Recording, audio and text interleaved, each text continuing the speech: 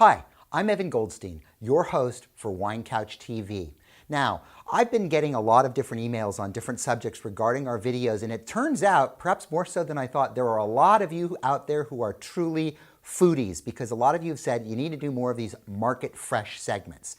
So Market Fresh is a segment, for those of you who haven't seen it before, where we'll pick a particular ingredient, usually produce or fruit that's at the supermarket that's somewhat seasonal, talk about it in the context of how you look for it, how you purchase it, how you store it, how you prepare it, and then, of course, being on Wine Couch, what sort of wines you enjoy with it. So today, we're focusing in on tomatillos. Now, tomatillos, for those of you who do a lot of cooking, particularly Mexican and Latin cooking, is going to be a very familiar product to you. But for those of you who aren't, it's a product you probably should know. Now, first and foremost, it's critical to note that they are part of the nightshade family, which is the same family that tomatoes are from, but they are definitely not tomatoes. Some people will occasionally refer to them as husk tomatoes because, as you can see, they have sort of a husk on the outside, but they're definitely not. Now, when you go to the store, you're going to see them, and they're going to range like this two ways. First of all, you have the kind that are in the can, and these are very good when you're pureeing them for salsas and sauces and things like that. We'll talk about that more later, but most of the time, I prefer to go out and get the fresh ones, and the fresh ones look like this, which is to say they've got sort of a very loose husk on the outside. They range from green, which is when you generally should buy them, and they're a little bit tart, as you would expect, and then as they get older or more mature, they actually start to turn yellow, the husk on the outside dries, and the acidity drops substantially, so that they are more, if you will, tomato-like. Now, when you buy them, look for a very loose skin like this, and again, a nice green color.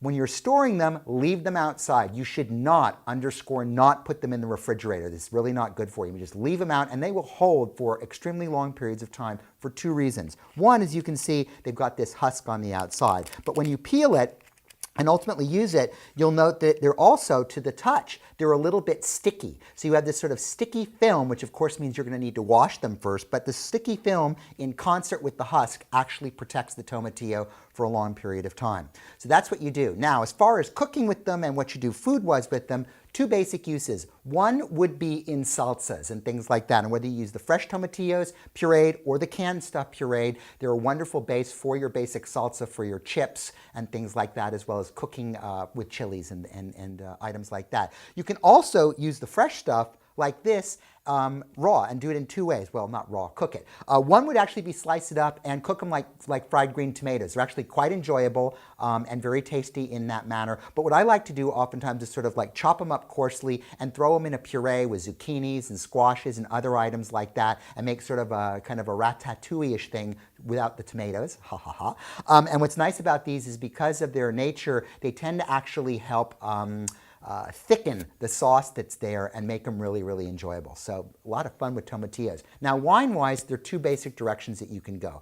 From the standpoint of salsas and these sort of vegetable ragouts and the fresh stuff, I generally look for bright whites. Now, the wine that I've chosen today is a Sauvignon Blanc from New Zealand. It's the Whitehaven 2008 Sauvignon Blanc from the Marlborough area of New Zealand. Now, this particular wine is classically Sauvignon, which is to say it's got this wonderful sort of green, gooseberry, slightly olivey lemongrass character, but very classic of this part of the world is a sort of subtropical melony, passion fruit like guava type character that permeates the sort of back note. But again, it's got that nice green, crunchy, refreshing character that will make it work so well with the tomatillos.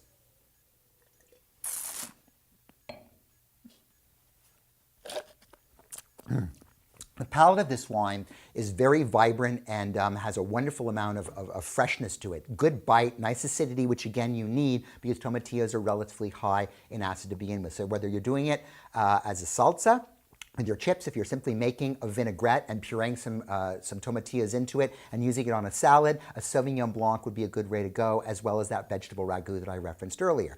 Now, the other thing that I enjoy doing with tomatillos, and where it's a very, very critical element, of course, is in a traditional classic Chile Verde. And here, after marinating some pork, you're going to cook the tomatillos along with chilies and a number of other things for a long stewed process there that brings out the flavor and the vibrancy and is an absolute staple in Mexican cooking. Now, for this particular thing, although you could do a white and that Sauvignon Blanc would probably work okay, I actually prefer a red.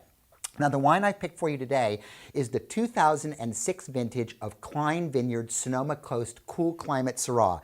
Now, Syrah from a cool climate, now that's a mouthful, tends to be a little bit on the peppery side, but it has sort of a nice underlying green peppercorn or herbal character, which works very well with the Tomatillos natural green thing. Cooked together with the spiciness, the cumin, and all the other flavorings that you find in a classic Chile Verde, it's an absolute match made in heaven. And neither of these wines are going to break the bank. They're both in our what I call premium price range. So either way, you're going to be in good shape. So Tomatillos, timing-wise, as far as when you want to, they sort of poop out a little bit before regular tomatoes do. So similar to the tomato season, but a little bit earlier. So basically spring until the first frosts hit in the fall. They're pretty much there a good chunk of the year.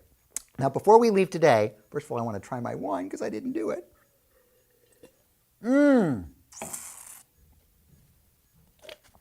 All I need is a bowl of Chile Verde. Great structure, great body, all the peppery quality I talked to you before. Tortillas, a little bit of Chile Verde, a bit of sour cream, match made in heaven. Wine Couch word of the week, we got to get out of here, is Awatere. Now, Awatere, which is a tongue twister, is an area, the Awatere Valley in New Zealand, which is part of Marlborough.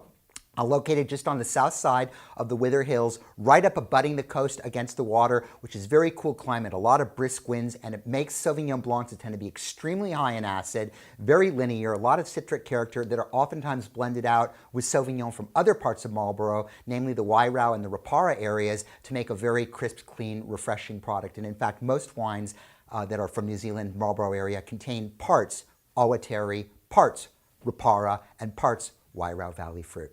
So anyway, that's all the time we have for this week. Go out, enjoy some tomatillos, make a little Chile Verde, have a bit of salsa, and until next time, you take care.